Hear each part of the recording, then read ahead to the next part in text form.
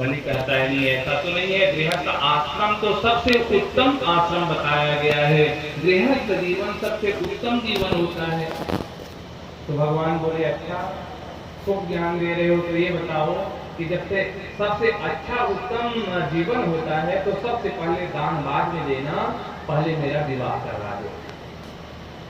कैसा उत्तम होता है, मैं भी तो देखो। ऐसा है तो दान वान बाद में दो, पहले मेरा विवाह करवाओ।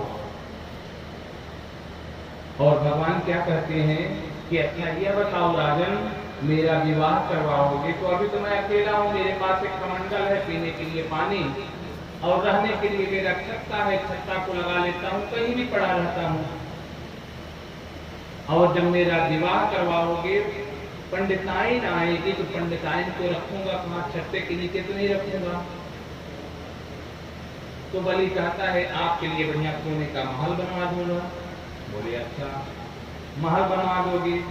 अब ये बताओ कि जब गृहस्थ आश्रम में प्रवेश करूंगा, पंडिताइन के रहने के लिए आप महल बना दोगे, और जब हम दोनों जन साथ में रहेंगे तो बाल गोपाल होंगे। तो बोले हाँ, विवाह होगा तो बच्चे तो होंगे ही। तो बोले जब बच्चे होंगे तो बड़े होंगे तो उनको पढ़ाना भी पड़ेगा, तो उनका पढ़ाने का खर्च जो है कौन वहन करेगा।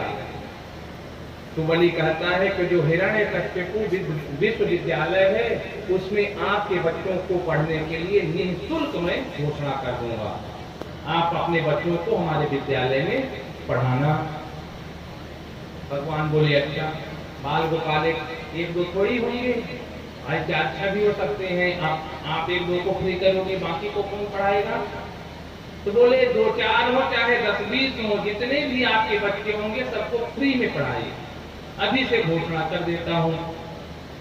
बोले अच्छा, ये बताओ जब 10-20 बच्चे होंगे, बाल गोपाल होंगे, तो उसमें एक दो जो है मरेगा, मृत्यु को प्राप्त होगा। तो बोले हाँ, मृत्यु जब जन्म लेगा तो मृत्यु तो निश्चित है, मर भी सकता है। भगवान बोले अच्छा, जब मेरे बाल गोपाल मरेंगे तो ये बताओ रोने वाले कहाँ से लाओगे।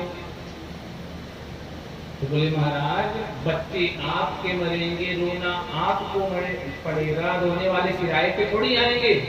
तो बोले राजन यही तो समझा रहा हूँ कि गृहस्थ आश्रम में जाऊंगा तो रोना पड़ेगा, और आप बोल रहे हो गृहस्थ आश्रम उत्तम है, तो जब हमको रोना ही पड़ेगा तो मैं विवाह क्यों करूं। अच्छा महाराज चलो कोई बात नहीं, विवाह नहीं करोगे तो हमारे यहाँ यज्ञ चल रहा है, आप कुछ तो दान में ले लो, नहीं तो हमको पाप पड़ेगा। जिसके यहाँ पूजन चल रहा हो, अनुष्ठान चल रहा हो, और उसके द्वार से कोई याचक आकर के खाली हाथ जाए तो उस घर के स्वामी को पाप पड़ता है। तो बलि कहते हैं कि प्रभु हमारे यहाँ यज्ञ चल रहे हैं, आप कुछ नहीं लेके जाएंगे तो हमको दोष लगेगा, कुछ तो लीजिए। बलि भगवान के चरणों में गिर पड़ता है। भगवान बोले अब तुम हमको धर्म संकट में डाल दिए, वैसे तो मैं हूँ त्यागी, लेकिन अब धर्म संकट आ गया है तो कुछ न कुछ तो लूंगा ही। बोले एक काम करो बलि, आप हमको 3 पग जमीन दे दो। तो बलि जोर से हंस पड़ा, एक तो भगवान कितने छोटे हैं, और मांग भी रहे हैं तो क्या मांग रहे हैं, 3 पग जमीन। तो बलि कहता है प्रभु किससे मांग रहे हैं, मांगने वाले की थोड़ा शान शौकत देख करके आप मांगिए, मांगे भी तो आप क्या मांग रहे हैं, जितनी आपकी ऊंचाई है उतनी आपकी बुद्धि है, जितने छोटे आप हो उतनी छोटी आपकी बुद्धि है, इसलिए हमसे बलि से मांग रहे हो, तो बलि के जैसा दान मांगो।